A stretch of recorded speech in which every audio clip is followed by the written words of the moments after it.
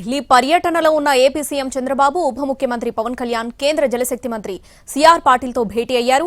Polavaram project నిధుల విడుదల, project కుడి ఎడమ కాలువలను 17,500 క్యూసెక్కుల నీటి తరలింపు సామర్థ్యంతో నిర్మించేందుకు అవసరమైన ఆర్థిక సహాయంపై చర్చించారు. బడ్జెట్లో ఇటీవల పోలవరానికి 12,000 కోట్ల రూపాయలు కేటాయించింది కేంద్రం. దీనికి సంబంధించి పూర్తి అప్డేట్స్ మా ప్రతినిధి రాజు ఢిల్లీ నుంచి లైవ్ లో అందిస్తారు. రాజు, ఈ భేటీకి సంబంధించిన అంశాలేంటి, అలాగే ఈ ఇరువురి ఢిల్లీ స్కెడ్యూల్ ఎట్లా ఉండబోతుంది, ఇంకా ఎవరెవరిని కలవనున్నారు, డీటెయిల్స్ ఏంటి?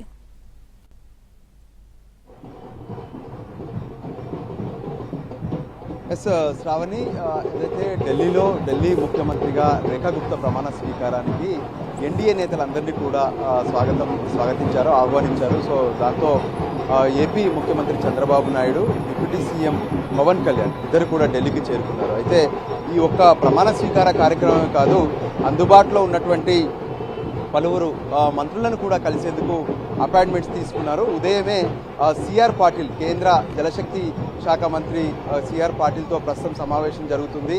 ఈ సమావేశంలో ముఖ్యమంత్రి చంద్రబాబు నాయుడు, డిప్యూటీ సీఎం పవన్ కళ్యాణ్ ఇద్దరు కూడా ఉన్నారు. ముఖ్యంగా పోలవరం ప్రాజెక్టుకు సంబంధించి ఇప్పటి వరకు జరిగినటువంటి నిర్మాణ పనులు కావచ్చు, భవిష్యత్తు కార్యాచరణలో భాగంగా ఈ ఏడాది ఎంతవరకు పూర్తి చేయాలి ఏంటి అనే దాని మీద కూడా ప్రత్యేకంగా ఫోకస్ పెట్టినట్టుగా తెలుస్తుంది. అయితే ఎప్పుడైతే గత నెల బడ్జెట్ ప్రవేశపెట్టినటువంటి సందర్భంలో కేంద్రం ప్రత్యేకంగా 12,000 కోట్ల రూపాయలను పోలవరం ప్రాజెక్టు కోసం ఏ విధంగానైతే అటు కేంద్రం కేటాయించింది. ఇంకా దాంతోపాటు ప్రాజెక్టు కుడి ఎడమ కాలువలను 17,500 క్యూసెక్కుల నీటి తరలింపు కోసం కూడా నిర్మించేందుకు అవసరమైనటువంటి కేంద్ర సాయం ఎంతవరకు అవసరం ఏంటి అనే దాని మీద కూడా ప్రత్యేకంగా చర్చిస్తున్నట్టు తెలుస్తుంది. అయితే ఎట్టి పరిస్థితుల్లో కూడా పోలవరం అనేది ఒక ప్రియారిటీ ప్రాజెక్టుగా తీసుకొని వీలైనంత త్వరగా పూర్తి చేసేందుకు కావాల్సినటువంటి ప్రయత్నాలు చేసినటువంటి పరిస్థితి కనిపిస్తుంది. ఇంకా మరోపక్క ఈ సమావేశం పూర్తయిన తర్వాత రామ్లీలా మైదానంలో జరిగేటటువంటి ముఖ్యమంత్రి అటు మంత్రుల ప్రమాణ స్వీకార కార్యక్రమానికి అటు చంద్రబాబు నాయుడు, పవన్ కళ్యాణ్ ఇద్దరు హాజరవుతారు. అనంతరం ఎన్డీఏకి సంబంధించినటువంటి కీలక సమావేశం కూడా ఉంది.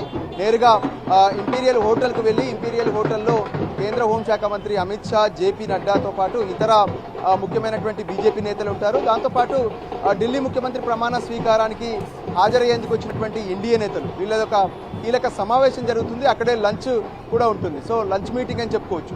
అనంతరం మధ్యాహ్నం 3 గంటలకు కేంద్ర హోంశాఖ మంత్రితో చంద్రబాబు భేటీ అవుతారు. ఆ తర్వాత 3:30కు ప్రత్యేకంగా ఏదైతే ఇప్పటి వరకు ఉన్నటువంటి షెడ్యూల్ ప్రకారం కేంద్ర వ్యవసాయ శాఖకు సంబంధించినటువంటి ఉన్నతాధికారులతో కూడా ముఖ్యమంత్రి భేటీ ఉంది. ఒకవైపు ఢిల్లీలో ఈ ముఖ్యమంత్రి ప్రమాణ స్వీకార కార్యక్రమానికి హాజరవడమే కాకుండా రాష్ట్రానికి సంబంధించినటువంటి పలు అంశాలపైన చర్చించేందుకు ఢిల్లీలో ఉన్నటువంటి ఇతర కేంద్ర మంత్రులను కూడా కలిసేందుకు ఇటు ఏపీ ముఖ్యమంత్రి చంద్రబాబు, మరోవైపు ఉప ముఖ్యమంత్రి పవన్ కళ్యాణ్ ఇద్దరు కూడా ప్లాన్ చేసుకున్నారు. Sravani. Right Raju, thanks for the updates.